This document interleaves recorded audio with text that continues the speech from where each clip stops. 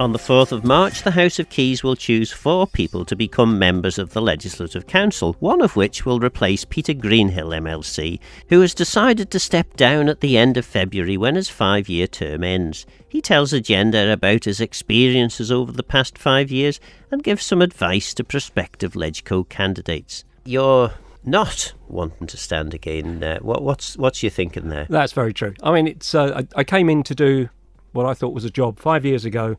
I felt it's very important that I could add something back to the island, and that's really why I stood. I've been able to do that now, and I think I'm 5 years older now. But no, looking around, encouraging other people to come through and getting a mixture of skills into LegCo, I think is exactly the right thing to do at the moment. And it is quite a rare thing that someone who gets into a position of power and control actually then says, OK, I'm prepared to just step away from this now. Well, I've been doing a lot of things over my life, and I've been living in various places around the world, doing various jobs. And typically it's about 5 to 7 years that I find between the type of jobs I do. So I came over to the island nearly 12 years ago, and that was to help DED, as it was then, to really grow the e-gaming business. And that to me was a very important thing to do. And then I needed to get back to the private sector. But it's been, typically sort of 5 to 7 years that I then move on to something else to try and do something different. And also the age is catching up on me a bit. I am the oldest person sitting in Tynwald at the moment. Gosh, well, I wouldn't have believed that, but fair enough. So then, looking back over your time in Tynwald, what has surprised you the most, would you say, about the way in which Parliament works and government works? That is a very interesting question. I suppose I was aware of politics. I've worked with politicians a lot. That's why I actually came in to help out in the first place after the time I'd spent in DED. So aware of it, but it's not quite the same as doing it. So there's a lot more bureaucracy goes on than I would find in business. And I think, the number of companies that I've run and managed around the world, I can make decisions, work with people, make things happen. And then if something changes 2 or 3 days later in the world economy or something, then you change that decision. To do that sort of thing within politics is obviously very difficult. So the amount of debating that we do and listening to various lists of questions, etc., that's something I've found it difficult to adjust to, because I want to be able to actually achieve something and move on. And we often hear about politics, whether that be Manx or otherwise, wherever in the world you go, really, that politics would benefit from a bit more business savvy, a business sense, a business approach to things. Mm-hmm. But of course, when you run a business, the only thing you've got to worry about, I guess, is your shareholders and your customers. When you are running a government, you have to be aware of every single person's opinion and how changing your opinion might impact on your long-term political future. Well, that's absolutely true. But I think what I've been able to do is to use those business skills to the benefit, and that's really why I came in the first place. When I applied for the role, we were just handling Brexit, and I could see there the amount of positives and negatives that could come out of that for the island. And if you like, I suppose I looked around Tynwald at that stage, and to be fair, there was no international business background there, and I thought I could add something back to the island. So that's why I took it on. And then the great thing was 11 days after I was sworn in, we went into the first COVID. So that was another interesting thing. But that added something to it from, that I could add from my business knowledge, etc., was still trying to make sure those conversations were going on. Because whilst we were all keeping distance, a lot of people would say, we'll do everything on Teams. And do you know what? That doesn't work completely. You need to be able, even if you are 2 meters away from someone, to have a little conversation. You might not be able to put your hand on their shoulder and help them a little bit, but to have that conversation, to take the pressure and the argument around, take that away as much as you could. So that to me was very interesting and important part that I think I was adding during that period of time. And you say that teams wouldn't allow that sort of thing to happen. You could talk, but Yeah. it's not the same. The big thing I notice within Tynwald sittings, for example, is from where we sit looking, dare I say this, looking down on the House of Keys. You can say it now. I can say it now, that's fine. But they know I would say something like that. Is to pick up body language. So when someone's saying something, you can see and pick up how someone's not accepting that, but if you're speaking, you might not see it. So that's the sort of thing that I was able to do. And that, to me, you don't get that on Teams. Very rarely can you pick up that level of body language. And it can be just a movement of a hand or just the way the eyes have changed. And that's, to me, is extremely important. It's about how we work with people. We don't realise how much of that we do. When I'm sitting opposite you now, I can see that left eye of yours twitching a little bit when I say something. And it's important that we pick those things up. So that was one of those things about COVID, anyway. And I see your hands moving around too, and I'm very good at hands. I love using my hands to talk. It helps people understand what you're really trying to get at, doesn't it? Yeah. Okay, so then in terms of what have you done while you've been at LegCo? What are the roles that you've taken on, and how fulfilling have those roles been? That's another very interesting question, because I think if we read sort of reports on various social media, apparently LegCo don't do anything. But you and I full know the sort of things that we do, and I suppose we don't publish as much as we could do about the sort of things we do. So, for example, I was approached immediately. I was being sworn in to be a part of DFE, and that's obviously from what I was doing in DED before. So I took on the responsibility for the finance agency. Now, my first 25 years of international experience was within international banking, and then creating solutions to issues, mainly using technology to help those banks. So it's very much from a banking perspective rather than a software creations perspective. So that was something that I was absolutely, very willing to take on. So that's working a lot with the experts on the island for banking, insurance, lawyers, accountants, corporate service providers, all those people coming together. And that's very important for the structure of this island and how we continue to prosper. So that was the first thing that came on. And almost on the same day, I was invited to come up and be the vice chair of Manx Utilities. Now, at the time that I joined them, everything was going very smoothly. Prices were absolutely fine. We were talking about climate change, but then very soon that whole picture has changed. So with the Ukraine war, for example, and then the efforts that we're making absolutely to convert a lot of our energy generation to a different form, that's taken a lot of my time. And I also sit as chair of one of the other subsidiaries of Manx Utilities. And I've been absolutely thoroughly pleased with the quality of the staff in Manx Utilities, considering that every time you switch on a light, turn your tap on, or even flush the loo, all of that responsibility is lying with the work that those people do. And with the challenges that were coming up, it was very important that with my business sense and my understanding of running businesses, large businesses, that I could add something there to the board. So that's been a tremendous amount of my time taken there, which a lot of people on the island won't realise. Then on top of that, I was asked if I would step in to be the government-appointed trustee of Manx Natural Heritage. And again, a lot of my background in supporting history and how history is represented and what we can do to help people as they come onto the island. So I've been sitting there for a long time now, and that's something that I thoroughly enjoy. And those positions, for example, there's no extra remuneration for doing those, Manx Utilities or in Manx Natural Heritage. So it's something I've agreed to do. I'm very happy about doing, and I've got to pass that now on to somebody else. And of course, the other thing that I suppose the critics, which you alluded to as you began the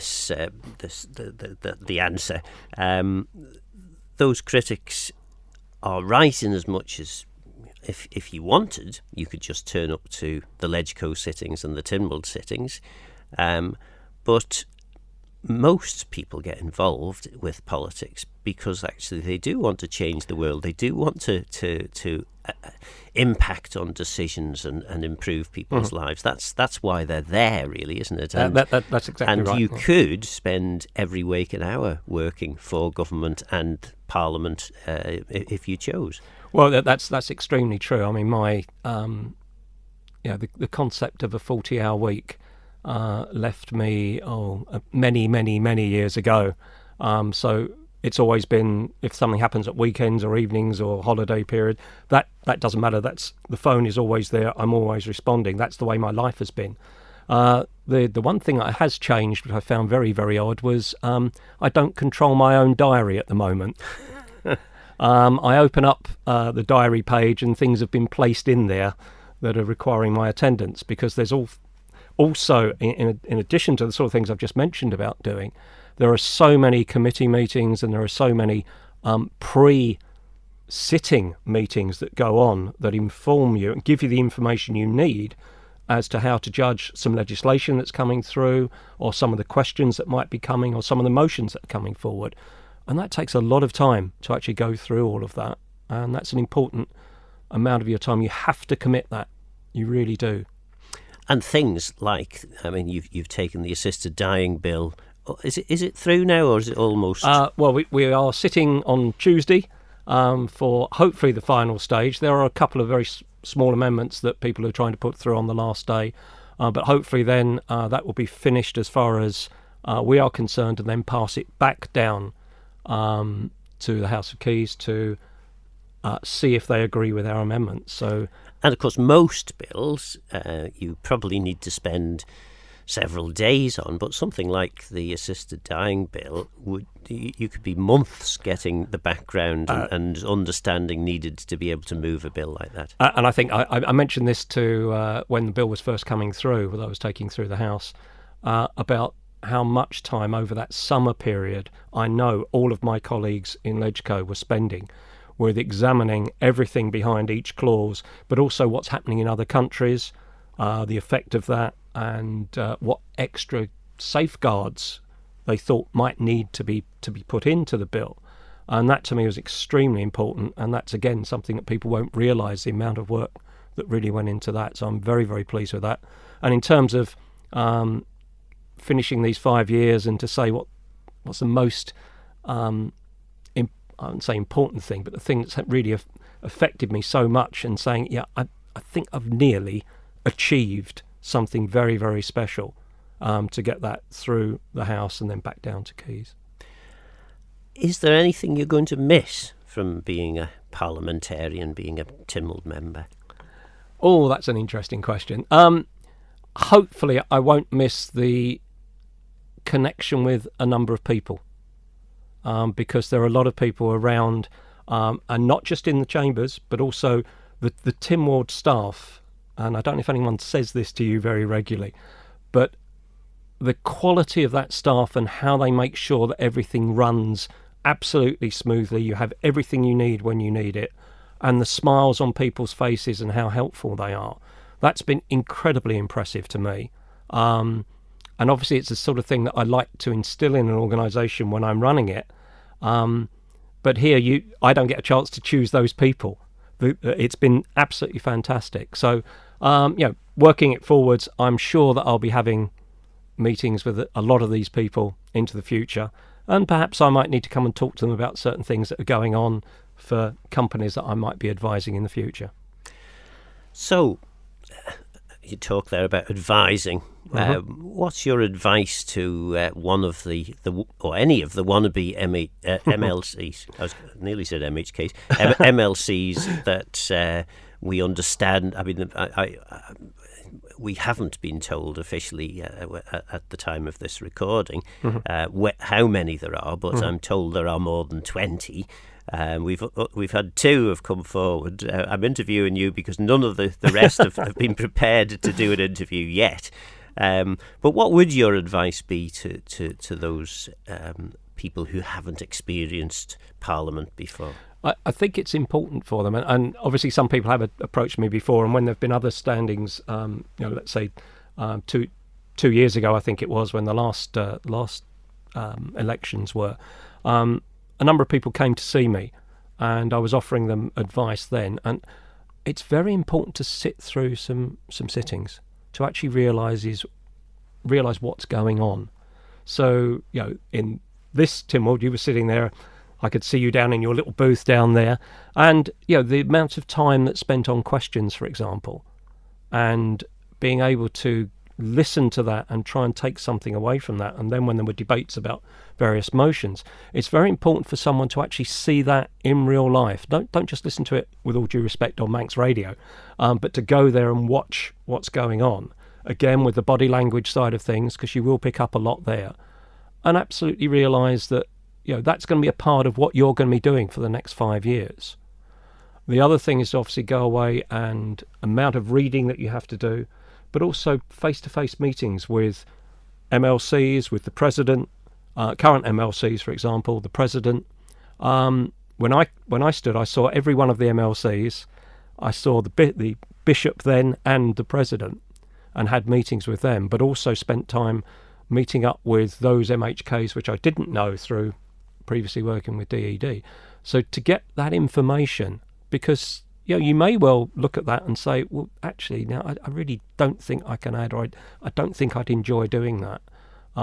Enjoyment's always an interesting question. It's not always the same as enjoyment. It's fulfilment that might be more important. But to understand what you're offering back to the island and how you can do that, those are the crucial things that those wannabes need to go through.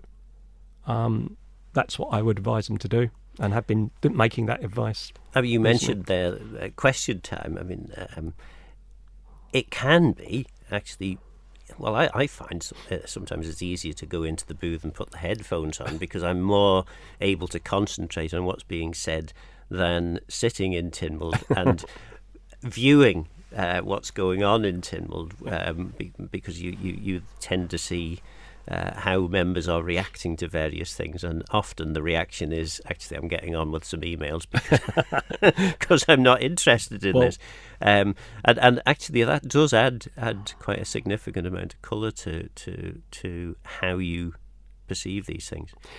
It does, but I think it is important that people realise that with this type of job, some of those questions you may not be interested in. It's someone's very specifically about a particular thing in a particular constituency that they need to raise, or they feel they need to raise in that environment. And there will be a few of those, but there are other questions that are very important to be actually understanding what this really means, and whether you need to add something to that debate. Not always in the chamber. I find from the way that I've done business a lot of that's been that quiet word with someone before or after a meeting like that, and that's happened to me several times, more so than standing up. And I think for LegCo members, perhaps that's more important than it might be for the MHKs, who need to show that to their constituents that they're actually taking something forward. So that there's potentially a difference there. Assuming that you were able to design a parliamentary system for the Isle of Man, would you end up with what you've got, or would there be some changes? I've not been asked that question before, and not inside the chamber. But I think there's certain things that we have to try and bear in mind, and rather than giving a specific answer to that, it's some of those issues that I see around. You'll go far in politics. Thank you. Wasn't what was said to me when I first stood, but never mind. It's actually realising what problems there are out there. For example, getting people to stand. Let's forget LegCo for the moment. Let's look at MHKs.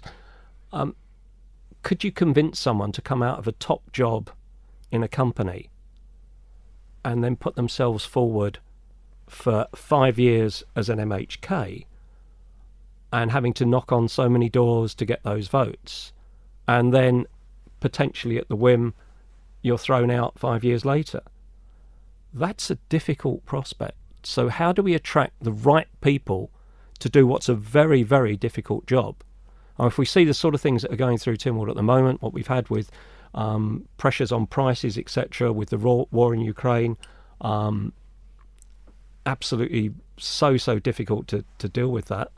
How do you find the right people and get them to stand? Now, that's not giving you a solution to that problem, but it's something that I think we need to work on. How can we get the right people who can really add to solving these issues and take on ministerial roles and understand what they're doing? How can we also get that breadth of experience? And certainly it's important that we need that in LegCo as well. People who can help and fill those gaps. That's the important thing. So not an answer, but that's what the question should be. Right. And I guess from the question, or the question that you've put to my question, you would suggest that perhaps the system isn't ideal as is. I think that's right, but it's very difficult to think of I can't think of an instant way of resolving it. There's a lot of work that needs to go into that to attract those right people at the right time in their careers. Sometimes, I can say this, the older head who's been around and done a few things is important to have around in certain areas. And especially when it's when we're adding someone into something like Manx Utilities, we need someone with a lot of big business experience to help bridge that gap between Parliament and that company. So 5 years ahead of the prospective members of the Legislative Council, how long do you think it takes as a newly elected LegCo member to actually get up to speed to the extent that you can make that active contribution? I think in some things that can be straight away because you've got that fresh view, and the reason you're there is because you have a passion about a number of things. So some of that can come very quickly. The other part is, of course, the procedures, etc. Now, there's some very good training that takes place, but unfortunately, as we know in life, training doesn't cover everything. So it does take a number of months, and perhaps it even took a little bit longer for those of us that came in first time when we went straight into COVID, because a number of those person-to-person type things, there wasn't enough of that going on. So it will take them a while, but I don't think that's a major problem because there's enough people around who will help.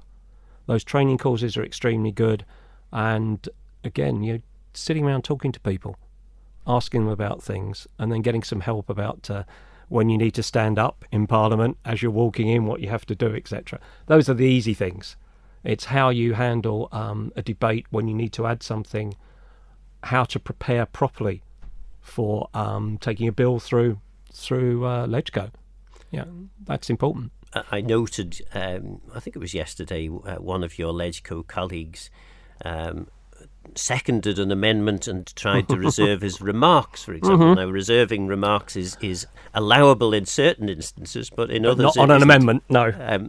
So I get, and that's the kind of thing that you learn through experience. That's right. That happens to you once, and then you'll know it. Yeah. But hopefully it never happens. That's just one of those things about procedure, and we have to follow procedure absolutely properly. And that's where the clerks are extremely good in helping us. Did you ever work out why members of the House of Keys choose certain candidates over other candidates? I suppose I don't think I have worked that out. For me, it was individual discussions with people. There were a number of people who did know me. I think that was in the time that Howard Quayle was Chief Minister, and he had been my political representative in DED when I was running the gaming side. He then went off to health, and he was replaced by someone called Cannon, who came in as the political representative. So, as it is, two chief ministers I'd seen in that respect. So there were a few people that obviously I knew that way, but there was a lot that I didn't. And it depends what they're looking for. I'm not sure how the wannabes are going to be taken on board, and how many people do they want to keep the three that are restanding outside myself, or is it just one person they're looking for, or is it more than one? And what sort of skills? Those would be individual requirements of certain MHKs about what they're looking for. And it is interesting because we now have almost a job description for an MLC. You have to fill in an application to be an MLC, and yet the selection criteria remain a mystery, only answered by the MHKs who are loath to do so. Well, I think you're looking then at 24 people making individual decisions, and I was pleased enough to get into the role, but I'm not sure I could work out exactly why people were voting for you or not voting for you. And finally, because we're just about out of time, the one piece of advice you would give, what's the most important thing you think you've learned during your time, and that would be good to pass on to the successful LegCo candidates? I think it's one of those things in the whole of life, really, that I hate the phrase that someone once used, that you've got two ears and one mouth, but you do need to listen a lot, and you don't have to speak as much. Your speeches can be very short and to the point. You don't have to get to a situation, if you like, where people are switching off listening to you. You want everybody to listen to each word you're saying, and to do that, you need to be really precise, and that would be my advice to people. That was departing member of the Legislative Council, Peter Greenhill. Over the next few months, we hope to hear from all the LegCo candidates, so you can make your own mind up. If you are standing, please get in touch with Phil Gaughan at manxradio.com so we can arrange an interview. Let me know your thoughts on the programme, and get in touch if you have any ideas for future shows. Don't forget, this programme's available as a podcast on Manx Radio's website. For now, though, I'm Phil Gaughan. Guramayo. Thanks for listening.